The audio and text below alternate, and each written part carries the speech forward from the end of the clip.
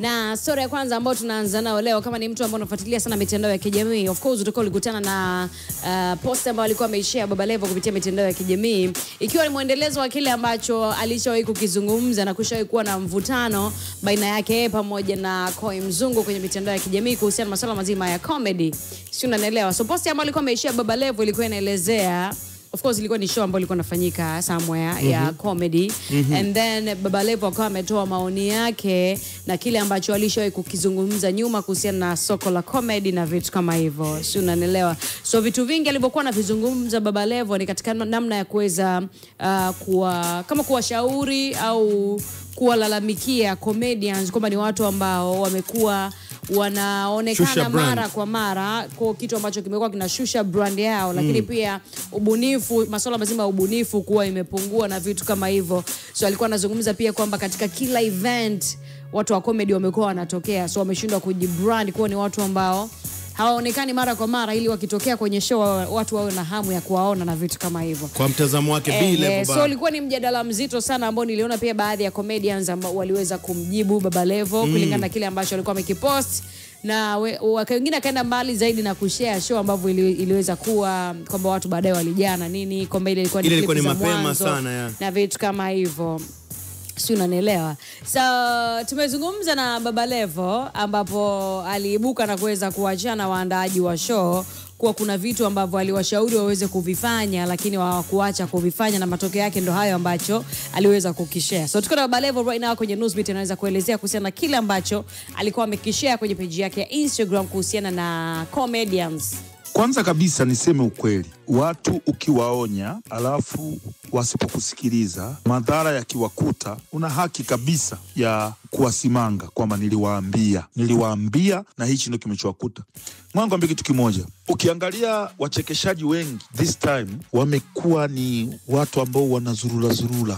Comedian wengi wanazurula, yani kila sehemu utawakuta comedian. Ukienda siku kwenye mashindano ya mipira wako hapo, ukienda siku kwenye kibao kata wapo, ukienda siku kwenye, yani kila kona comedian. Nadhani wengi wao wanakumbwa na taka kutumia lugha ya ushamba, lakini ni kitu kinafanana na hicho. Yani ni kwamba hawakutegemea kama kuna siku media zikiwaona zitawaposti.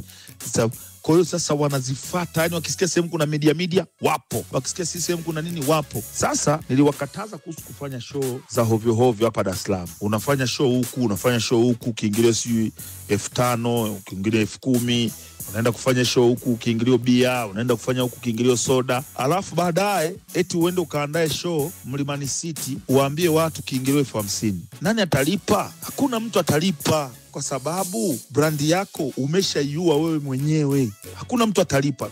Mimi nitakupa mifano hai kabisa. Show ya kwanza ilo Buma Mlimani City, show ile ambao walikuwa comedian wengi sana, nadhani ilikuwa ni ya Omari, ile ilifanyika pale, ilibidi wapunguze ukumbi. Mfikiria mnachukua kumbi 2 alafu mnaona watu hamna, mnasogeza mapazia yanakata ukumbi ili ukumbi onekane umejaa. Sasa that is very bad. Lakini kingine, wasanii wengi wa comedy ukiwapa show kwenye swala la promotion wanarudi nyuma, hawafanyi promotion. Watu wengine ambao wanaandaa show na wao hawana hela za kufanya promotion, kwa hiyo unajikuta msanii afanyi promotion na mwandaji afanyi promotion. So mwisho wa siku show lazima iwe na hasara. Wengi hawafanyi promotion. Ukiangalia hata show iliyofanyika juzi hapo haikuwa na promotion ya kutosha. Yani ni kwamba ni watu walikusanyana, wanatendeni tukafanye, hawakufanya promotion. Lakini pili, wachekeshaji wengi ambao wanatangazwa kwenye show kwamba fulani atakuwepo, watu wakienda kwenye show hawakuti hao watu, inakuwa very bad. Yani inaharibu. Unasema kabisa kama show hii atakuwepo msanii fulani na fulani.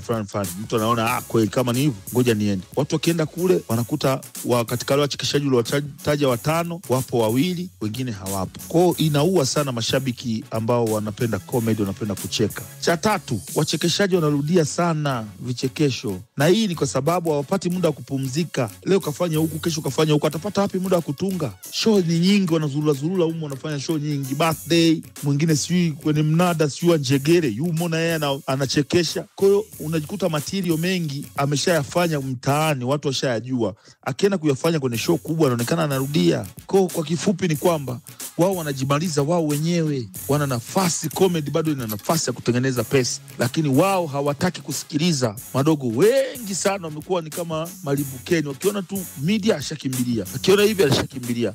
Mwisho wa siku anajikuta hata kwenye hizo media hana cha kufanya. So kwa upande wangu mimi sitoacha kuambia ukweli kwa kweli, kwa sababu I don't fear. Simuogopi yoyote. Nitaambia ukweli, na kawaida nikishakwambia ukweli, wewe wakati unatukana mimi nishahama hilo eneo, sipo. Mimi niko kwenye vitu vingine naendelea, lakini ukweli unakuwa ushaupata.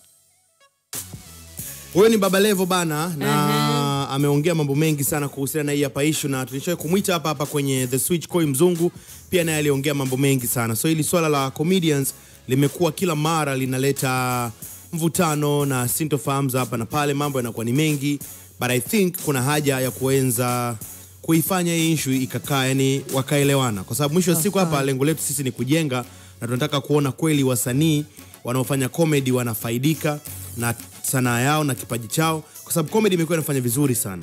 So matokeo kama haya kufika kwamba inaandaliwa show alafu watu wanakuwa ni wachache, lazima tuweze kujua tunafanya nini ili vitu kama hivi visitokee.